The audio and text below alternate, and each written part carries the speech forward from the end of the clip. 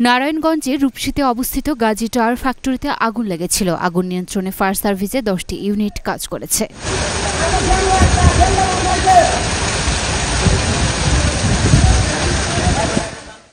রোববার রাত 10:35 আগুন লাগার খবর পায় ফায়ার সার্ভিস সদর দপ্তরের মিডিয়া সেলের কর্মকর্তা তালহা বিন জসিম জানান, নারায়ণগঞ্জে গাজী টায়ার ফ্যাক্টরিতে আগুন নিয়ন্ত্রণে ডেমরা ফায়ার স্টেশনের 2টি ইউনিট, কাঁচপুর আদমজী ইপিজেড ও কাঞ্চন ফায়ার স্টেশনের মোট 10টি ইউনিট কাজ করেছে।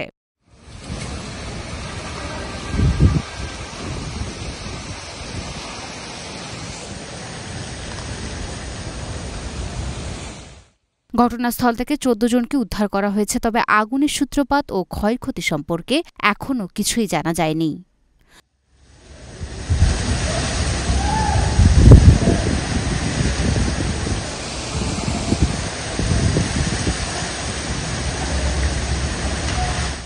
Luna Afroz Nipa, Dhaka post.